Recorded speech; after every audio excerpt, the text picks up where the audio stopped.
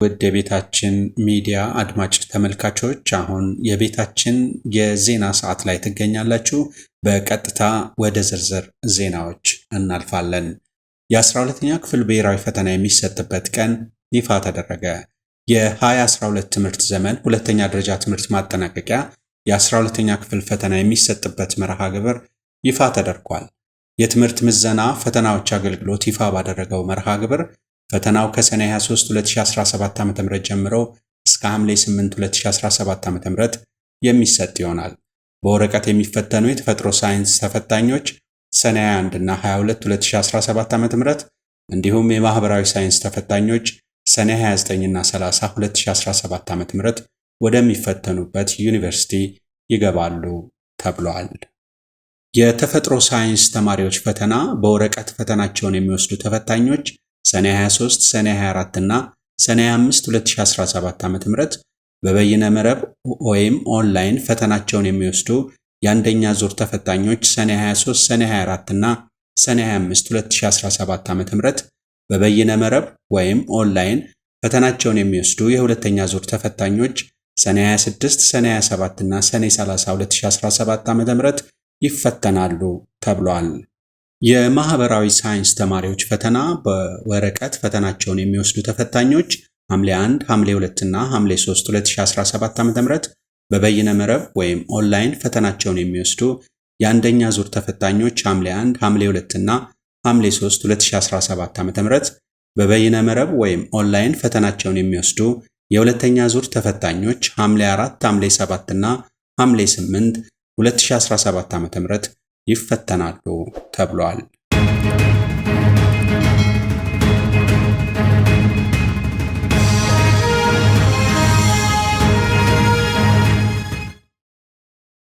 ጊዜያዊ አስተዳደሩ የማያውቀው ማንኛውም ከውጭ አካል ጋር የሚደረግ ግንኙነት አይፈቀድም። የትግራይ ጊዜያዊ አስተዳደር ከአቅም በላይ የሆነ ጫና ስላደረብኝ ይህንን ተከትሎ አላስፈላጊ ውጤት የሚያስከትል ሁኔታ ሊፈጠር ስለሚችል የጀመርኩትን የማጣራት ሂደት በማቋረጥ ተጠርጣሪውን ለቅቄያለሁ ሲል የትግራይ ፖሊስ ኮሚሽን አስታወቀ። ሚያዝያ 29 እና 30 2017 ዓ.ም በትግራይ መቀሌ ከተማ ብርሃነ ወይም ልፋት የተባለ የህወሓት ደጋፊ የሆነ የማህበረሰብ አንቂ በፖሊስ ቁጥጥር ስር መዋሉን ተከትሎ በማህበራዊ ትስስር ገጽ ትልቅ መነጋገሪያ ሆኖ ነበር። ጉዳዩ ከማህበራዊ ትስስር ገጽ መነጋገሪያነት አልፎ ጊዜያዊ አስተዳደሩና ፖሊስ በተከታታይ መግለጫ እንዲያወጡ ምክንያት ሆኗል። ባለፈው ሳምንት ብርሃነ ወይም ልፋት የተባለ የህወሓት ደጋፊና ኤርትራዊው የማህበረሰብ አንቂ አወል ሰይድ በትግራይ ክልል የኢትዮጵያ ግዛት በሆነችው የዛላምበሳ ከተማ ተገናኝተው የትግራይና የኤርትራ ህዝቦች ግንኙነትን የሚመለከት ውይይት ማካሄዳቸው የሚያሳይ ቪዲዮ ይሰራጫል። የተሰራጨው ቪዲዮ በድጋፍና ተቃውሞ ለአንድ ሳምንት ከዘለቀ በኋላ ፖሊስ ብርሃነ ልፋቴን ሚያዝያ 29 2017 ዓ.ም ለጥያቄ በሚል በቁጥጥር ስር ያውለዋል። በቁጥጥር ስር መዋሉ በድጋፍና ተቃውሞ ከፍተኛ መነጋገሪያ ሆኖ እያለ ሚያዝያ 30 2017 ዓ.ም መንግስት የማያውቀው ከውጭ አካል የሚደረግ ግንኙነት እየተከለከለ ነው የሚል የፖሊስን እርምጃ የሚደግፍ መግለጫ ጊዜያዊ አስተዳደሩ ያወጣል። ጊዜያዊ አስተዳደሩ በመግለጫው መንግስት የሌለ የሚያስመስል ለህግ ያለመገዛትን የሚጋብዝ እንቅስቃሴ አደገኛ ተግባር ነው ከማለቱም በላይ እንዲህ አይነት ተግባራት በማንኛውም ሁኔታ ተቀባይነት የሌላቸው መሆኑ ሊታወቅ ይገባል ያለ ሲሆን ማንኛውም ዜጋ ህግና ስርዓት አክብሮ እንዲንቀሳቀስ አሳስቧል። የጊዜያዊ አስተዳደሩን መግለጫ ተከትሎ መግለጫ ያወጣው ፖሊስ ከአቅሙ በላይ በሆነ ጫና ምክንያት በቁጥጥር ስር አውሎት የነበረውን ብርሃነ ወይም ልፋት የተባለ የህወሓት ደጋፊን መልቀቁን አስታውቋል። ከአቅሜ በላይ የሆኑ ጫናዎች ደርሰውብኛል። ጫናዎቹን ተከትሎ አላስፈላጊ ውጤት የሚያስከትል ሁኔታ እንዳይፈጠር በመስጋት ተጠርጣሪውን ለቅቄዋለሁ፣ የጀመርኩትን ምርመራም አቁሜያለሁ በማለት ተጠርጣሪው መፍታቱን አረጋግጧል። ኢትዮጵያና ኤርትራ ግንኙነታቸው ጥሩ ባልሆነበት ሁኔታ አንድ ኢትዮጵያዊ ዜጋ ከሀገሪቱ ህግና ፍላጎት ባፈነገጠ መልኩ ከኤርትራዊ የማህበረሰብ አንቂ ነኝ ባይ መገናኘቱ በሀገር ክህደት የሚያስጠይቅ ወንጀል ነው የሚሉ በርካታ አስተያየቶች በመደመጥ ላይ ናቸው።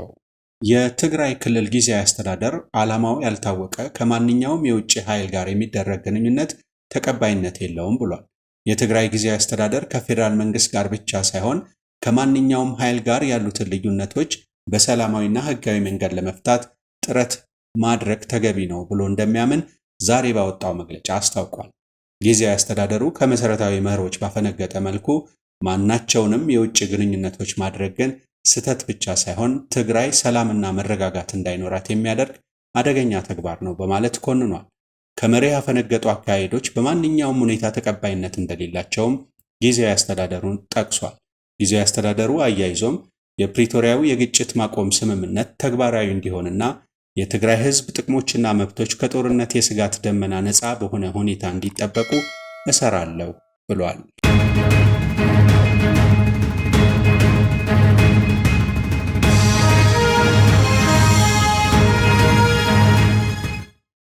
በአማራ ክልል ባለው ግጭት ሳቢያ በርካታ ትምህርት ቤቶች የዘንድሮውን የ12ኛ ክፍል መልቀቂያ ፈተና እንደማያስፈትኑ ተገለጸ። የዩኒቨርሲቲ መግቢያ ፈተናውን የሚያስፈትኑ ትምህርት ቤቶች 470 ብቻ ናቸው ተብሏል። በአማራ ክልል እየተካሄደ ባለው ግጭት ምክንያት ትምህርት ያልተጀመሩና ተማሪዎቻቸውን የማያስፈትኑ በርካታ የሁለተኛ ደረጃ ትምህርት ቤቶች መኖራቸውን የአማራ ክልል ትምህርት ቢሮ ምክትል ኃላፊ ወይዘሮ ኢየሩስ መንግስቱ ገልጸዋል። በክልሉ በአጠቃላይ 685 የሁለተኛ ደረጃ ትምህርት ቤቶች እንደሚገኙ የገለጹት ኃላፊዋ ባለው የጸጥታ ችግር ምክንያት የዘንድሮውን የዩኒቨርሲቲ መግቢያ ፈተና የሚያስፈትኑ ትምህርት ቤቶች 470 ብቻ ናቸው ብለዋል። አክለውም ሰላም ባለባቸው አካባቢዎች በሚገኙ ትምህርት ቤቶች የሚገኙ 99880 ተማሪዎች ፈተናውን ለመውሰድ ተመዝግበዋል ሲሉ ገልጸዋል።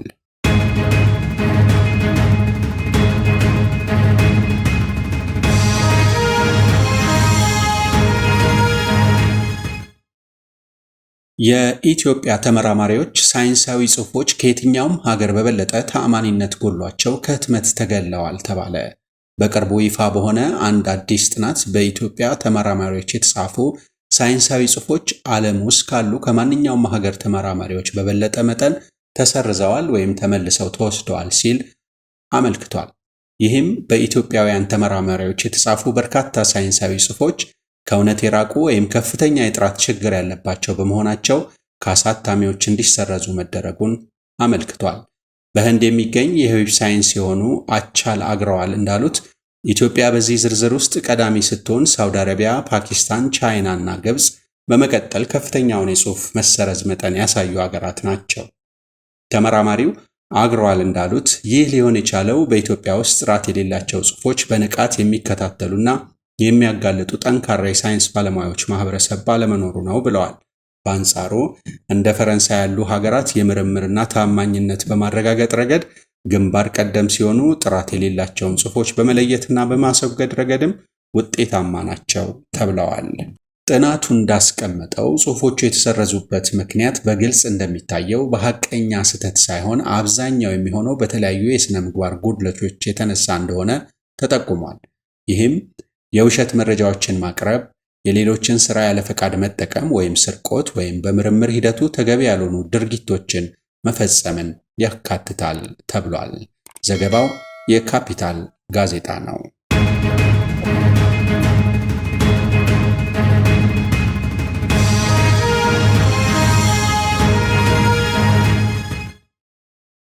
ከግንቦት 18 2017 ዓ.ም ጀምሮ የፋይዳ መታወቂያ ግዴታ ነው። የትምህርት ምዘናና ፈተናዎች አገልግሎት ባለስልጣን።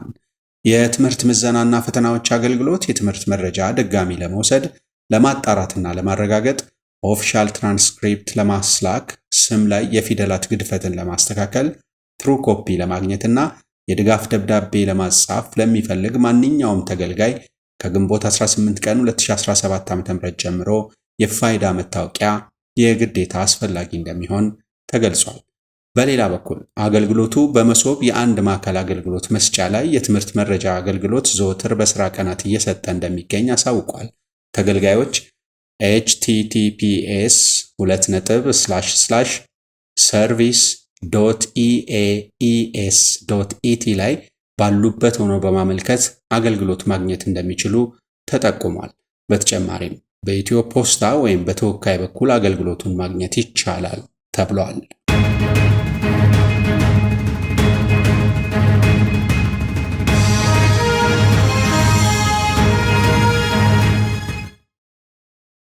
የውጭና የውስጥ መብራት ያላበራ ነዋሪን እቀጣለሁ አለ የአዲስ አበባ አስተዳደር።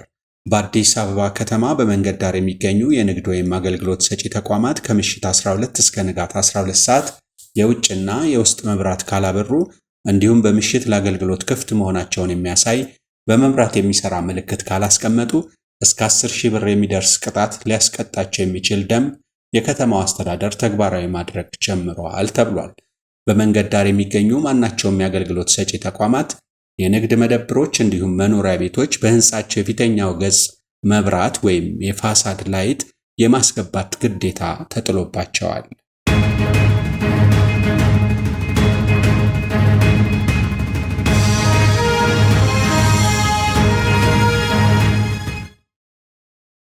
(53 በመቶውን የሀገር ውስጥ የአልባሳት ገበያ የሚሸፍኑት በህገወጥ መንገድ የገቡና ልባሽ ጨርቆች መሆናቸው ተገለጸ።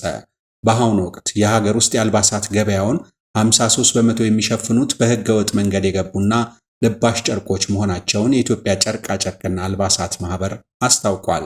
ማህበሩ ልባሽ ጨርቆችና በህገወጥ መንገድ ወደ ሀገር ውስጥ የገቡ አልባሳት የሀገር ውስጥ አምራቾች ላይ ከፍተኛ ተጽዕኖ እያሳደሩ እንደሚገኙ ገልጿል። የማህበሩ ፕሬዝዳንት ጎሹ ነጋሽ ለአሃዱ እንደተናገሩት አሁን ላይ ልባሽ ጨርቆች የሀገር ውስጥ የአልባሳት ገበያውን 53 በመቶ ይሸፍናሉ። በህገወጥ መንገድ ወደ ሀገር ውስጥ የገቡት አልባሳት ከፍተኛውን የገበያ ድርሻ መያዛቸው ህጋዊ አምራችና ነጋዴዎችን ኪሳራ ላይ እየጣሉ እንደሚገኝ ያነሱት ኃላፊው ድርጊቱ በነጋዴዎች ላይ ብቻ ሳይሆን በሀገር ኢኮኖሚ ላይም ጉዳት ያስከትላል ብለዋል።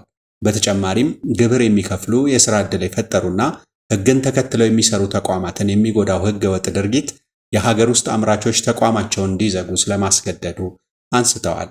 አሁን ያለው ገበያ ለህጋዊ አምራቾች ተስፋ የሚሰጥ ባለመሆኑ መንግስት ትኩረት እንዲሰጠውም ጠይቀዋል። የኢትዮጵያ ጨርቃ ጨርቅ ዘርፍ እንዲያድግ ለሀገር ውስጥ አምራቾች የተጠናከረ ድጋፍ እንዲደረግ ማህበሩ ጠይቋል።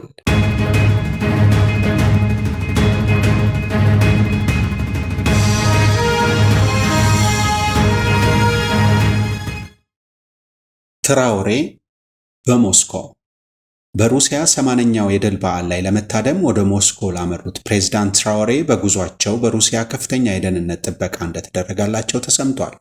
ሩሲያ ልዩ አውሮፕላን በመላክ ሻምበል ትራኦሬ በሰላም ሞስኮ እንዲደርሱ ከላከችው ግዙፍ አውሮፕላን ጋር የጦር ጀቶችን በበረራ ወቅት እንዲያጅቡ ታደርጋለች።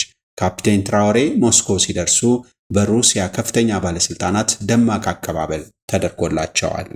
ሩሲያ ናዚዝምን፣ ሩሲያ ጠልንና ጸረ ሴሜቲክስ አረዳዶችን መዋጋቷን ትቀጥላለች ሲሉ ቭላዲሚር ፑቲን በበዓሉ ቀን ተናግረዋል።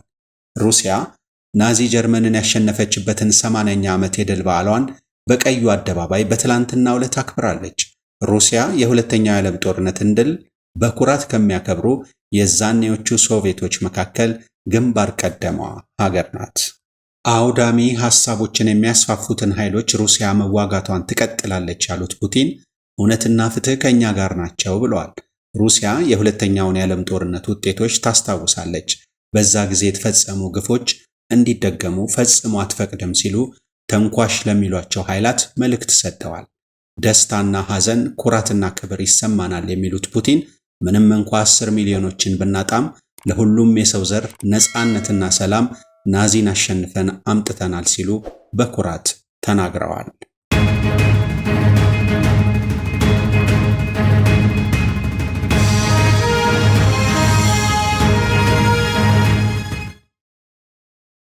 ቢል ጌትስ በሚቀጥሉት 20 ዓመታት ሀብቱን ለደሃ ሀገራት ሊሰጥ ነው። አሜሪካዊው ባለሀብት ቢል ጌትስ ሀብቱን በሙሉ በሚቀጥሉት 2 አስርተ ዓመታት ውስጥ ለደሃ ሀገራት ለመለገስ መወሰኑን ይፋ አድርጓል። በዓለም ቅድሚያ ትኩረት ተሰጥቷቸው ሊሰሩ የሚገባቸው ብዙ ችግሮች መኖራቸውን የተናገረው ባለሀብቱ እንደ አውሮፓ አቆጣጠር በ2045 ሀብቱን በሙሉ ለቢል እና ሚሊንዳ ጌትስ ፋውንዴሽን በማስተላለፍ ለደሃ ሀገራት የሰብአዊ እርዳታ ለመለገስ መወሰኑን አስታውቋል። ባለሀብቱ በፈረንጆቹ 2000 ከባለቤቱ ጋር በመሆን ባቋቋመው ቢል እና ሚሊንዳ ጌትስ ፋውንዴሽን አማካይነት ባለፉት 25 ዓመታት 100 ቢሊዮን የአሜሪካ ዶላር ለግሷል። ድርጅቱ ያደረገውን ድጋፍ በርካታ ሀገራት የክትባት አቅርቦትን ለማሳደግ፣ የኤችአይቪ ኤድስን ስርጭት ለመከላከል፣ የቲቢ እና የወባ በሽታን ወረርሽኝ ለመቀነስ፣ ተጠቅመውበታል። ቢል እና ሚሊንዳ ጌትስ ፋውንዴሽን መስራች ቢል ጌትስ የፋውንዴሽኑን 25ኛ ዓመት ምስረታ አስመልክቶ ባወጣው መግለጫ እኔ ከሞትኩ በኋላ ሰዎች ስለ እኔ ብዙ ነገር ሊናገሩ ይችላሉ፣ ነገር ግን የዓለማችን ቱጃር ቢል ጌትስ አረፈ የሚለው ንግግር ግን አይኖርም፣ ምክንያቱም በሕይወት እያለው ሀብቴን በሙሉ ለድሆች እርዳታ ለመስጠት ወስኛለሁና ብሏል። ቢል ጌትስ በዓለም አቀፍ ደረጃ በፖሊዮ፣ በወባ፣ በኩፍኝ አማካይነት የሚከሰቱ የእናቶችና የጨቅላ ሕፃናትን ሞት ለማስቀረት ፍላጎት እንዳለው ገልጿል። የ69 ዓመቱ ማይክሮሶፍት ኩባንያ መስራችና ባለቤት ቢል ጌትስ አሁን ያለው አጠቃላይ የሀብት መጠን 108 ቢሊዮን የአሜሪካ ዶላር ሲሆን ከ20 ዓመት በኋላ 200 ቢሊዮን የአሜሪካ ዶላር እንደሚደርስ ይጠበቃል። ውድ አድማጭ ተመልካቾቻችን ዕለታዊም የቤታችንን ዜና በዚያ በቃን። ሰላም ቆዩን።